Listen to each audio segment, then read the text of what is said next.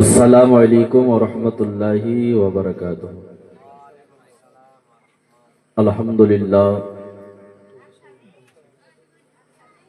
अल्हम्दुलिल्लाहि रब्बिल आलमीन वल आक़िबतु लिल मुत्तक़ीन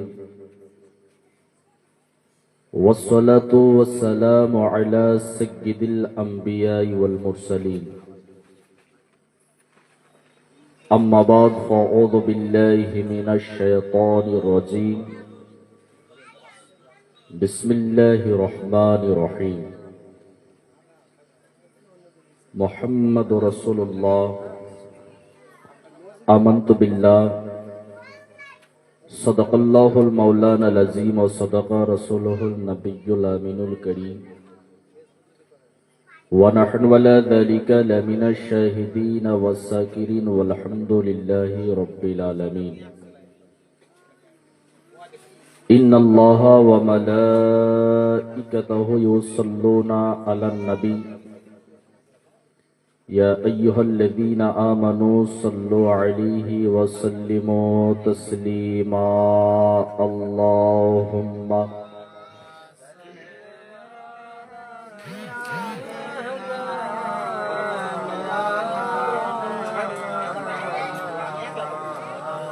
वला आलि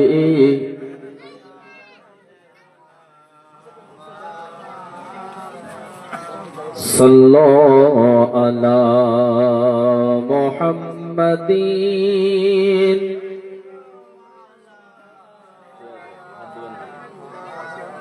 हरदम ज़बान शनी कलो पाक नबी मोहम्मद। हरदम ज़बान शफीअना मोहम्मद सल्लल्लाहु तआला अलैहि वसल्लम। मोहम्मद की मोहब्बत दीन हक़ की शर्त अव्वल है। मोहम्मद की मोहब्बत दीन हक़ की शर्त अव्वल है। गर हो इसी में कुछ खामी तो सब कुछ नामुकम्मल है।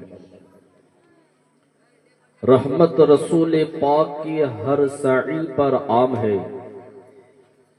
रहमत रसूल पाक की हर साई पर आम है। हर गुल में हर सजर में मोहम्मद मुस्तफ़ा का नाम है।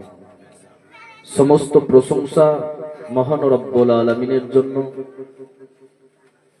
तिनार परे परे तिनार प्रिय हबीब दयार नबी आका मौला मुस्तफ़ा नबी मोहम्मद रसूलुल्लाह सल्लल्लाहु ताला अलैहि वसल्लमर प्रति अगणित दरुद सालाम शांतिर धारा अर्पित होक, बर्षित होक, नाजिल होक प्रत्येके पড়ুন আল্লাহুম্মা আমিন। খুতবার পড়ে পড়ে পড়েছি মুহাম্মদ রাসূলুল্লাহ।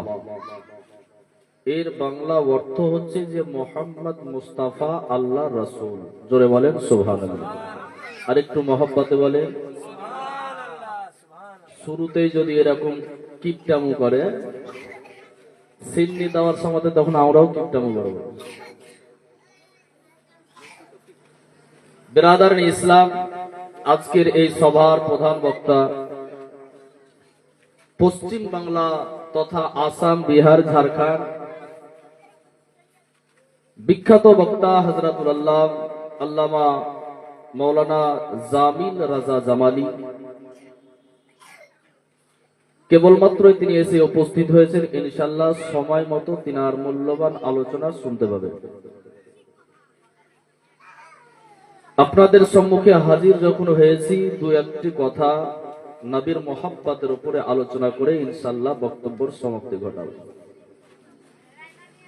বর্তমান যুগে, বর্তমান সময় নবীর যে মোহাব্বত, নবীর ভালোবাসা জাহির করতে গিয়ে, প্রকাশ করতে গিয়ে জেল খাটতে হচ্ছে।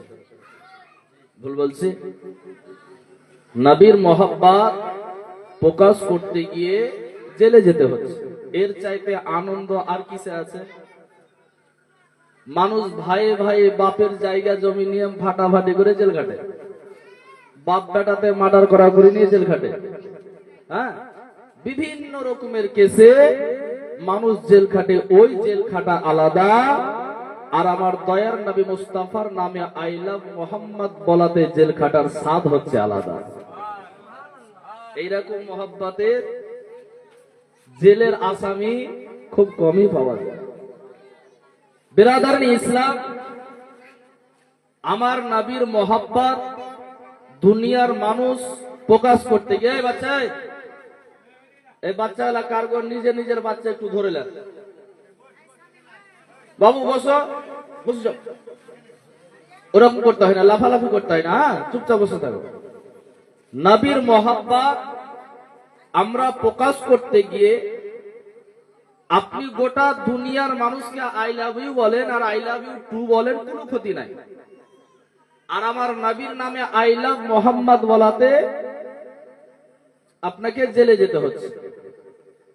বিরাদারান ইসলাম, আমার নবীর মোহাব্বত, আমার নবীর নাম পৃথিবীর জমিনে এমন কোন বাপের বেটার জন্ম হয়নি যে মিটিয়ে দিতে পারে। বিরাদারান ইসলাম, জালিমেরা অত্যাচার করে, জুলুম করে আপনার পোস্টার থেকে মোহাম্মদের নামটা কেটে দিতে পারে, সেটা তাদের দ্বারাই সম্ভব হতে পারে। পেপার থেকে মোহাম্মদ শব্দটা কেটে দিতে পারে, হ্যান্ডবিল থেকে, ব্যানার থেকে মোহাম্মদ শব্দটাকে কেটে দিতে পারে। খোদার কসম করে বলি, গোটা দুনিয়ার জায়গা থেকে যদি নবী মুস্তাফার মোহাম্মদের নামটাকে কেটে দিতে পারে, যদি সম্ভব হতে পারে, কিন্তু খোদার কসম, নবীর আশিক যারা, আশিকের দিলে যে নবীর প্রতি মোহাম্মদ, সেটা কখনো মিটাতে পারবে না। এটা কেউ পারবে? আপনার আমার অন্তরের ভিতর থেকে নবীর মোহাম্মদ কেউ দূর করতে পারবে? যতদিন পর্যন্ত, যতক্ষণ পর্যন্ত আমাদের মধ্যে ঈমান ঠিক থাকবে, ততক্ষণ পর্যন্ত কোনো বেটার ক্ষমতা নাই যে আপনার নবীর নামটা আপনার কাছ থেকে মিটিয়ে দিতে পারে। বিরাদারান ইসলাম, এখন মানুষ বিশাল বড় একটা আতঙ্কে রয়েছে। সেটা কি? যে নাকি ভারত ছাড়তে হবে। একজন শায়ের লিখছেন, এ ভারত কিসি কা বাপ কা नहीं বলকে খাজায়ে পাক কা হ্যায়। এই ভারত কারো বাপের দেশ নয়, এই ভারত হচ্ছে খাজায়ে পাকের দেশ। বিরাদারান ইসলাম, নবীর মোহাব্বত কেমন করা দরকার? আল্লাহর নবীর বিখ্যাত সাহাবী হযরতে আবু বকর সিদ্দিক রাদিয়াল্লাহু তাআলা আনহুকে একদিন আমার নবী পাক নিজের হাত থেকে আংটি মুবারক খুলে দিলেন। কেমন নবীর মোহাব্বত দেখেন। আংটি মুবারক খুলে দিয়ে আবু বকর সিদ্দিককে বলে, আবু বকর, তুমি এই আংটিটা নিয়ে দোকানে চলে যাও, আর যাওয়ার পরে এই আংটির উপরে লা ইলাহা ইল্লাল্লাহ লিখে নিয়ে এসো। নবী বললেন, লা ইলাহা ইল্লাল্লাহ এইটুকু তুমি এই আমার আংটির উপরে লিখে নিয়ে এসো। আবু বকর সিদ্দিক চলে গেলেন। যাওয়ার পর দোকানে গিয়ে আমার নবী পাক লিখতে বলেছেন লা ইলাহা ইল্লাল্লাহ, আর আবু বকর সিদ্দিক গিয়ে দোকানদারকে বলছে, ভাই আংটির উপরে লিখে দাও লা ইলাহা ইল্লাল্লাহ মুহাম্মাদুর রাসূলুল্লাহ। জোরে বলে, একটু মহব্বতে বলতে হবে। নবী বলেছেন আবু বকর লা ইলাহা ইল্লাল্লাহ লিখে নিয়ে আসবে, আর আবু বকর সিদ্দিক ওই আংটির উপরে লা ইলাহা ইল্লাল্লাহর পাশে মুহাম্মাদুর রাসূলুল্লাহটা লিখে নিয়েছে। আজিজানে মুহতারাম, লিখে নিয়ে এসে নবী মুস্তাফার হাতে আংটিটা তুলে দিলেন। যখনই হাতে তুলে দিয়েছেন তো আমার নবী পাক দেখছেন যে লা ইলাহা ইল্লাল্লাহ, তারপরে লেখা আছে মুহাম্মাদুর রাসূলুল্লাহ, তারপরে লেখা আছে আবু বকর সিদ্দিক। জোরে বলেন সুবহানাল্লাহ। নবী লিখতে বলেছেন একটা, আবু বকর সিদ্দিক লিখেছেন দুটা, কিন্তু আংটির উপরে নাম লেখা আছে তিনটা। আল্লাহর নাম, নবীর নাম, আর আবু বকর সিদ্দিকের নাম। আর একটা নাম এলো কোথা থেকে? কে লিখা করালো? কে লিখলো? কেনই বা লিখলো? তার কারণটা কি? আবু বকর সিদ্দিক আমার দয়ার নবী বলে, আবু বকর, আমি তোমাকে আংটির উপরে লা ইলাহা ইল্লাল্লাহ লিখতে বলেছি, এই বাড়তিগুলো কেন? এই বাড়তিগুলো কেন? আল্লাহর নবীর সাহাবী আমার নবী মুস্তাফার দরবারে নিজের মাথাকে নত করে বলতে আছে, ইয়া রাসূলুল্লাহ, ইয়া হাবিবাল্লাহ, নবী গো, আপনি আপনার আংটি মুবারকের উপরে আমাকে লা ইলাহা ইল্লাল্লাহ লিখতে বলেছিলেন।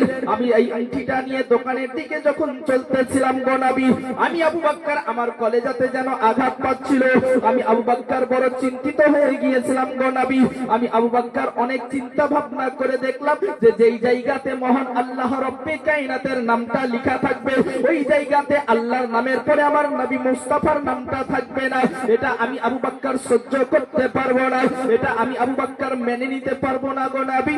আল্লাহর নামের পরে আপনার নাম থাকবে না, এটা আমি আবু বকর কখনো হতে দিতে পারি না। তাই ইয়া রাসূলুল্লাহ, ইয়া হাবিবাল্লাহ, নবী গো, আমি লা ইলাহা ইল্লাল্লাহর পরে মুহাম্মাদুর রাসূলুল্লাহটাও লিখে নিয়েছি। আল্লাহর নামের সঙ্গে সঙ্গে আল্লাহর প্রিয় হাবিব, আল্লাহর আখেরি পয়গম্বরের নামটা লিপিবদ্ধ করে দিয়েছি। আল্লাহর নবী রাহমাতাল লিল আলামিন, নবী আমার ইলমে গায়েবের সংবাদদাতা, অন্তরের কথা পর্যন্ত জানতে পারে। আমার নবী সমস্ত কিছু জানতে পারছেন, তবু আবু বকর সিদ্দিককে জিজ্ঞাসা করে, ও আবু বকর, বলে তুমি আমার আল্লাহর নামের পরে পরে আমার নামটাকে লিখেছো, সেটা তো ঠিক আছে, কিন্তু আবু বকর আরেকজন ব্যক্তির নাম রয়েছে, যে নামটা হচ্ছে আবু বকর তোমার, এই নামটা লিখলো কে? মহান আল্লাহ রাব্বুল আলামিন জিবরিল আমিনকে বলে, জিবরাইল যাও যাও আমার আখেরি পয়গম্বর আবু বকর সিদ্দিককে তার নিজের নাম লেখার প্রশ্ন করে দিয়েছে। নিজের নামটা লিখিয়েছে কে জিজ্ঞাসা করেছে। আমার বিশ্ব নবীর সাহাবী হযরতে আবু বকর সিদ্দিক হয়তো লজ্জিত হয়ে যাবে যে আবু বকর হয়তো নিজের নামটাও নবীর নামের সঙ্গে লেখা করিয়েছে। আবু বকর হয়তো উত্তর দেবে না, আবু বকর বড় লজ্জিত হয়ে যাবে। ও জিবরাইল, তুমি তাড়াতাড়ি চলে যাও আমার আখেরি পয়গম্বরের কাছে, আমার প্যারা নবীর কাছে চলে যাও। জিবরিল আমিন আল্লাহ পাকের অর্ডার পেয়ে আমার নবী মুস্তাফার দরবারে এসে আমার নবীকে সালাম দিয়ে বলতে আছে, আসসালাতু ওয়াসসালামু আলাইকা ইয়া রাসূলুল্লাহ, আসসালাতু ওয়াসসালামু আলাইকা ইয়া হাবিবাল্লাহ, নবী গো, আমি জিবরাইল আপনার দরবারে হাজির হয়েছি একটা বিষয় জানার জন্য। আল্লাহর নবী বলে, ও জিবরাইল, বলে বলে তুমি কিসের জন্য হঠাৎ করে আমার দরবারে আসলে?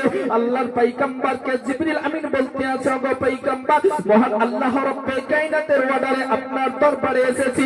তার কারণ হচ্ছে এটাই গো নবী, যে আপনি আবু বকর সিদ্দিককে যে আংটিটা দিয়েছিলেন, ওই আংটির মধ্যে লা ইলাহা ইল্লাল্লাহ লিখতে বলেছিলেন। ওটা আপনার ইচ্ছা ছিল, ওটা আপনার মনের বাসনা ছিল, কিন্তু আবু বকর সিদ্দিক আপনার মহব্বতে আল্লাহর নামের পরে আপনার নামটাকে জড়িত করে দিয়েছে। আবু বকর সিদ্দিক সেটা তার নিজের ইচ্ছার উপরে করেছে, তার নিজের মনের মতো করে করেছে। ইয়া রাসূলুল্লাহ, ইয়া হাবিবাল্লাহ, নবী গো, আপনার উপরে মহব্বত প্রকাশ করতে গিয়ে আল্লাহর নামের সঙ্গে আপনার নামটাকে জড়িত করার জন্য মহান আল্লাহ রব্বে কায়নাত ওই আবু বকরের উপরে বড় আনন্দ হয়ে গেছে। আল্লাহ পাক রব্বুল আলামিন আবু বকরের উপরে খুশি হয়ে গেছে। আর ওই আবু বকর সিদ্দিকের উপরে আমার মহান আল্লাহ পাক খুশি হয়ে গিয়ে আমাকে অর্ডার করলো, জিবরাইল যাও যাও, যেই জায়গাতে আমার নামের সঙ্গে আমার নবী মুস্তাফার নাম থাকবে না, এটা যেমন আবু বকর সহ্য করতে পারে না, আবু বকর যেমন এটা মেনে নিতে পারে না, আমি আল্লাহ এটা কখনোই হতে দিতে পারি না যে আমার নবীর মুস্তাফার নামের পরে আমার বিশ্ব নবীর প্রথম খলিফা, আমার বিশ্ব নবীর সাহাবী আবু বকর সিদ্দিকের নাম থাকবে না। এটা আমি আল্লাহ কখনো হতে দিতে পারি না। ও জিবরাইল, তুমি যাও যাও, চলে যাও। আবু বকর দেখো আমার নামের পরে আমার নবী মুস্তাফার নামটাকে লিখে দিয়েছে। আর জিবরাইল, তুমি নবী মুস্তাফার নামের পরে আমার বিশ্ব নবীর সাহাবী আবু বকরের নামটাকে লিখে দাও। মহব্বতে বলবেন না? আল্লাহর নবী একটা নাম লিখতে বললেন, আবু বকর সিদ্দিক দুটো লিখলেন। আল্লাহ অর্ডার করলেন জিবরাইলকে, জিবরাইল ওই আংটির উপরে আবু বকর সিদ্দিকেরও নামটা তুমি লিখে দাও। এই হচ্ছে মহব্বত। বিরাদারানি ইসলাম, যেই আবু বকর সিদ্দিকের প্রতি যদি মহব্বত আমাদের দিলে না থাকে, জান্নাত পাওয়া যাবে না। আবু বকর সিদ্দিক কার নাম? কোন সাহাবীকে আবু বকর সিদ্দিক বলা হয়? আজিজানি মুহতারাম, একটি রওয়ায়াতের মধ্যে এসেছে হযরত আবু বকর সিদ্দিক বলে যে রোজ হাসরের ময়দানে আমার আল্লাহ রাব্বুল আলামিন যখন আমাকে জান্নাতে যাওয়ার অর্ডার দেবে, আমি আবু বকর জান্নাতে যাব না। জোরে বলেন সুবহানাল্লাহ। এদিকে ধ্যান দেন, ওদিকে দিয়েন না। আবু বকর সিদ্দিক বলছেন আমাকে জান্নাতে যাওয়ার যখন পারমিশন দেওয়া হবে আমি আবু বকর জান্নাতে যাব না।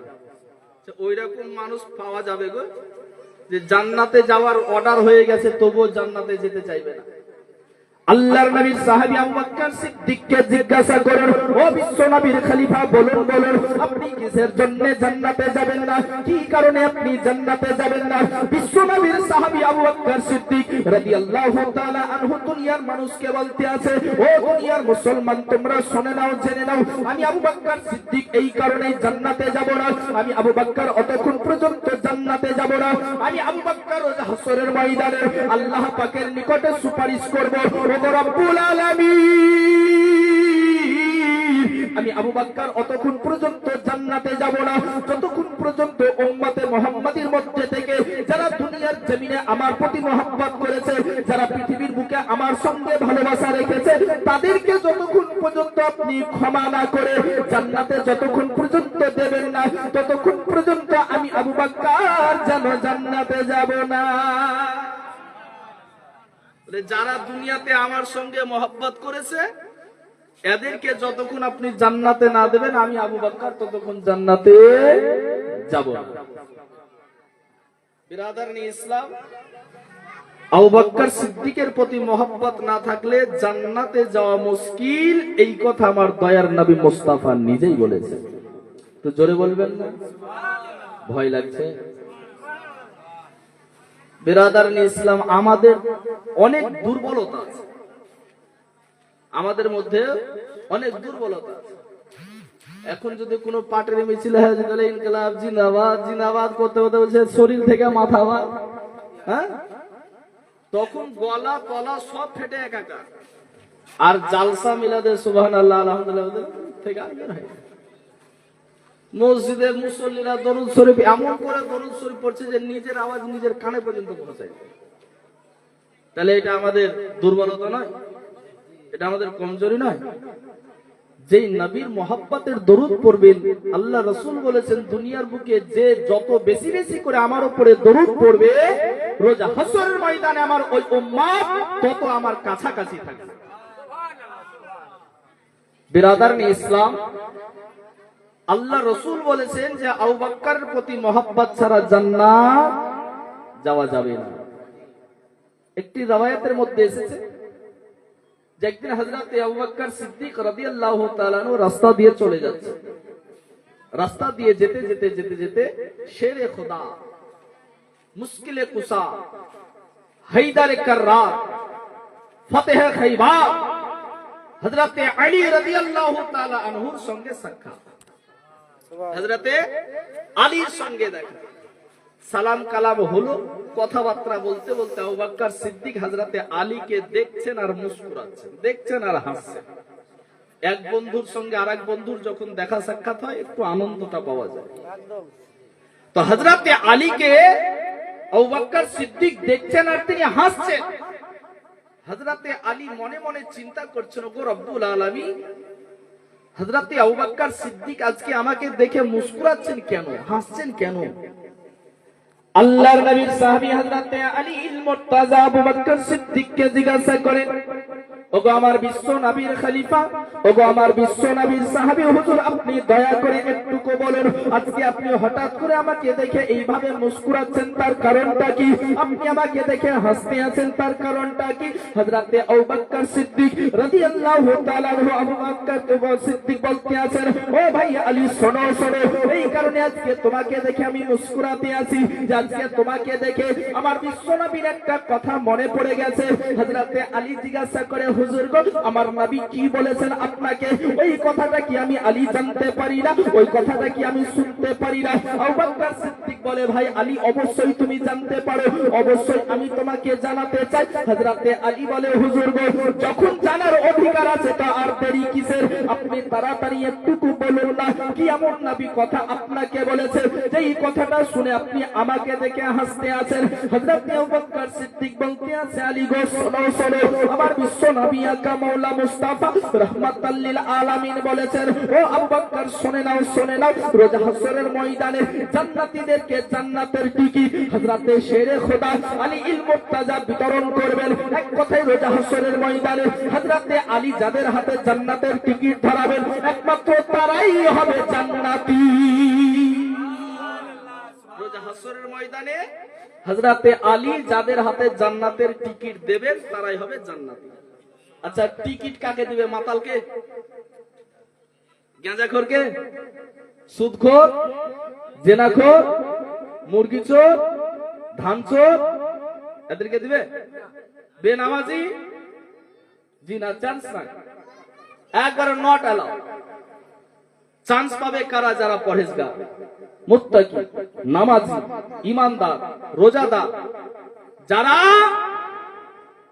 আল্লাহ আল্লাহ রাসূলের প্রতি মহব্বত রেখেছে, নবীর সাহাবীদের উপরে মহব্বত রেখেছে, তাদেরকে হযরতে আলী চান্স দেবে।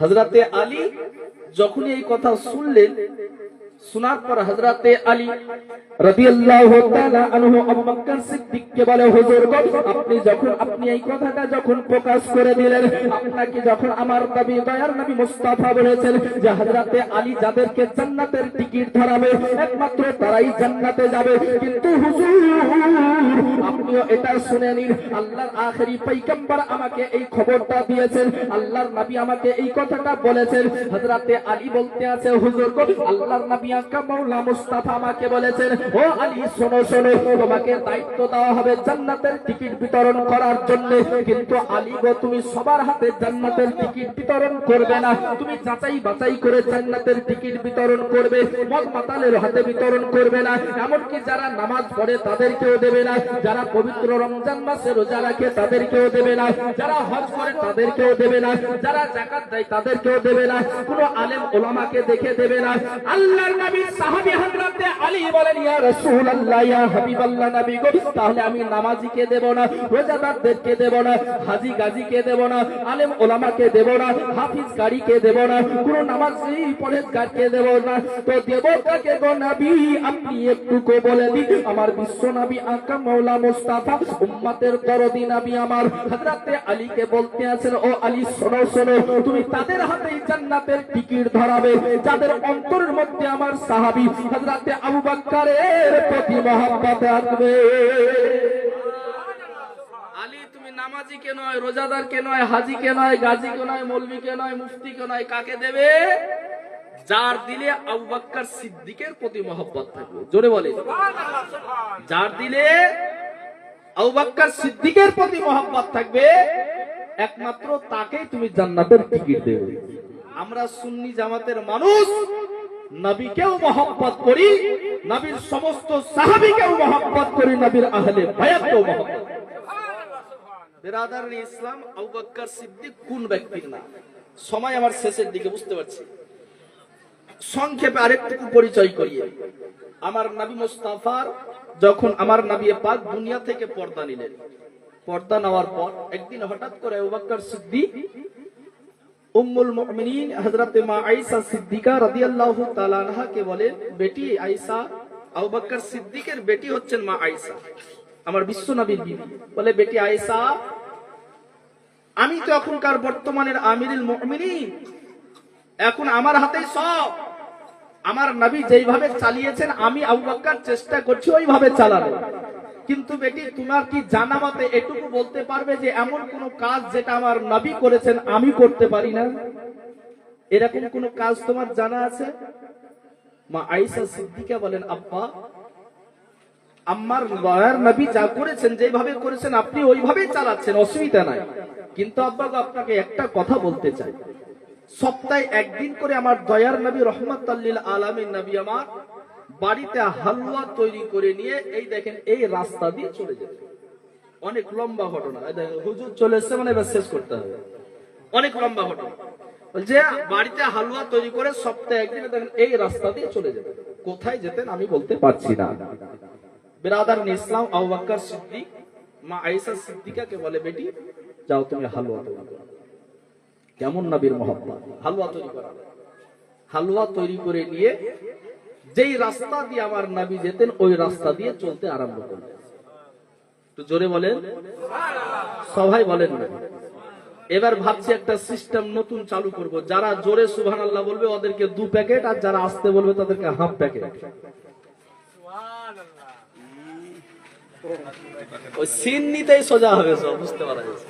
যাই হোক বেরাদারান ইসলাম, আবু বকর সিদ্দিক চলতে আরম্ভ করলেন। যেতে যেতে যেতে যেতে অনেকটা পথ অতিক্রম করার পরে এক জায়গাতে একটা গর্ত আছে।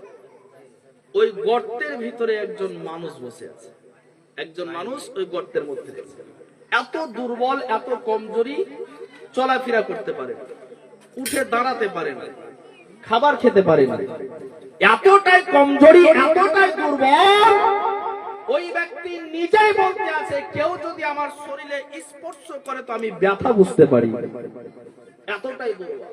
আবু বকর সিদ্দিক গেলে ওই ব্যক্তি মনে করেছে যে দয়ার নবী মুস্তাফা প্রত্যেক সপ্তাহের মতো এই সপ্তাহেও আমার জন্য খাবার নিয়ে এসেছে। পায়ের ইশারা পেয়ে, আওয়াজ পেয়ে খাবার খাওয়ার জন্য মুখটাকে খুলে দিয়েছে। 2 চোখে অন্ধ, দেখতে পাই না, মুখটাকে খুলে দিয়েছে। আবু বকর সিদ্দিক দেখে বুঝতে পারলেন যে নিশ্চয় আমার নবী পাক তাহলে এই ব্যক্তির জন্য খাবার নিয়ে আসতেন। আবু বকর সিদ্দিক করলেন কি, তার মুখ খোলা দেখে আঙ্গুলের মধ্যে একটু হালুয়া নিয়ে তার মুখে দিয়ে দিয়েছে। খেতে খেতে খেতে খেতে খাওয়া বন্ধ করে দিয়ে আবু বকর সিদ্দিককে বলে, ভাই তুমি কে? তুমি কে? বলে কেন? ওই ব্যক্তি তখন বলতে আছে যে আল্লাহর নবী কি দুনিয়া থেকে পর্দা নিয়ে নিয়েছেন? সুবহানাল্লাহ। ওই ব্যক্তি বলছে আল্লাহর নবী কি দুনিয়া থেকে পর্দা নিয়েছেন? আবু বকর সিদ্দিক চুপ করে গেল। কিছুক্ষণ পরে বলছে উত্তরে যে হ্যাঁ, দয়ার নবী রাহমাতুল লিল আলামিন নবী দুনিয়া থেকে পর্দা নিয়েছে। বলে তুমি জানলে কি করে? ওই ব্যক্তি তখন বলতে আছে যে নবী পাক প্রত্যেক সপ্তাহে একদিন করে আমার জন্য খাবার নিয়ে আসতেন। আপনি যেমন আজকে নিয়ে এসেছেন, নবী নিয়ে আসতেন। নিয়ে আসার পরে নিজে খাবার খাইয়ে দিতেন। আমি তখনই বুঝতে পেরে গেছি যে আমার নবী যেইভাবে খাবার নিয়ে আসতেন আপনিও খাবার নিয়ে এসেছেন। আমার নবী নিজে খাইয়ে দিতেন, আপনিও খাইয়ে দিলেন, কিন্তু আসার মধ্যে পার্থক্য নাই, খাবারের মধ্যে কোনো পার্থক্য নাই। পার্থক্য একটাই, যেটা হচ্ছে খাবার খাওয়ানোর মধ্যে পার্থক্য। খাবার খাওয়ানোর মধ্যে পার্থক্য। আবু বকর সিদ্দিক বলেন কেন? ওই ব্যক্তি তখন বলছে যে আমার নবী খাবার নিয়ে আসতে, আমি এতটাই দুর্বল, এতটাই কমজোরি, আমার শরীরে কেউ স্পর্শ করলে যেন ব্যথা অনুভব হয়, ব্যথা বুঝতে পারে, ব্যথা হয়। ওই জন্য আমার নবী পাক আমাকে হাতে করে খাবার খাইয়ে দিতেন, চামচে করেও খাবার খাইয়ে দিতেন না। বলে তাহলে কেমন করে খাইয়ে দিতেন? ওই ব্যক্তি বলছে যে আমার নবী পাক ওই খাবারটাকে আগে নিজে জিভের মধ্যে নিতেন, আর আমি হা করতাম, আমার নবী পাক নিজের জিভ মুবারক থেকে, মুখ মুবারক থেকে ওই খাবারটা আমার মুখের মধ্যে দিয়ে দিতেন। একটু জোরে বলে। ওই খাবারটা আমার মুখের মধ্যে দিয়ে দিতেন, তার কারণ যেন আমার শরীরের সঙ্গে নবী মুস্তাফার শরীরের স্পর্শ না হয়, আমি যেন ব্যথা অনুভব না করতে পারি, আমার শরীরে যেন কোন রকমের ব্যথা না লাগে বলে আমার নবী পাক ওইভাবে আমাকে খাবার খাইয়ে যেতেন। কিন্তু খাবার নিয়ে আসার নিয়মটাও ঠিক আছে, খাবারও ঠিক আছে, কিন্তু খাবার খাওয়ানোর নিয়মটা দেখে আমি বুঝতে পারলাম যে দয়ার নবী আর দুনিয়াতে নাই। হে ভাই তুমি কে সেটা একটুকু বলো। আবু বকর সিদ্দিক চোখের পানিকে ঝরিয়ে বলতে আছে, আমি হচ্ছি ওই নবী মুস্তাফারই গোলাম, যেই নবী পাক আপনার জন্য খাবার নিয়ে আসতেন, যেই নবী পাক মুখে করে খাবার আপনাকে খাইয়ে দিতেন, ওই নবীর সাহাবী আমি আবু বকর। হে বেরাদার ইসলাম, ওই ব্যক্তিকে কাছ থেকে আবু বকর সিদ্দিক পরিচয় জানতে চাইলেন, তো ওই ব্যক্তি বলছে যে আমি একজন ইহুদি। ওই ব্যক্তি বলছে আমি একজন ইহুদি, মুসলমান নয়, কোন সাহাবীও না। বলছে ইহুদি। ইহুদির সম্মান কিভাবে করছে? ইহুদির খেদমত আমার নবী করেছে। ওই ইহুদির দিলের মধ্যে পরিবর্তন চলে আসে। ইহুদি চিন্তা করলো যে না, এই গোলামের যদি এই অবস্থা হয় তো আকার অবস্থা কি হতে পারে, খাদিমের যদি এই অবস্থা হয় বাদশার অবস্থা কি হতে পারে। হে বেরাদার ইসলাম, ওই ইহুদি আবু বকর সিদ্দিককে বলে, আবু বকর আমি আর সহ্য করতে পারি না, আমি আর থাকতে থাকতে পারি না, তুমি তাড়াতাড়ি আমাকে এই নবীর কালমা পড়িয়ে এখনই মুসলমান বানিয়ে দাও। ওয়া মা আলাইনা ইল্লাল বালাগ। আসসালামু আলাইকুম ওয়া রাহমাতুল্লাহ। যাই হোক, এবারে আপনাদের সম্মুখে আসছেন আপনাদের সন্তোষপুর দেওয়ানপাড়া জুম্মা মসজিদের যোগ্য বিজ্ঞ অভিজ্ঞ ইমাম সাহেব, আলোড়ন সৃষ্টিকারী যুক্তিবাদী জীবনী বক্তা হযরতুল আল্লামা মাওলানা কারি শামসুদ্দিন রাজভী, তিনার ইস্তেকবালের জন্য একবার মহব্বতে নারা লাগান, নারে তাকবীর, নারে তাকবীর, নারে রিসালাত, মাসলাকে আলা হযরত, ফैजाने आला हजरत, उलमाए अहले सुन्नत, नारे तकबीर, नारे रिसालत।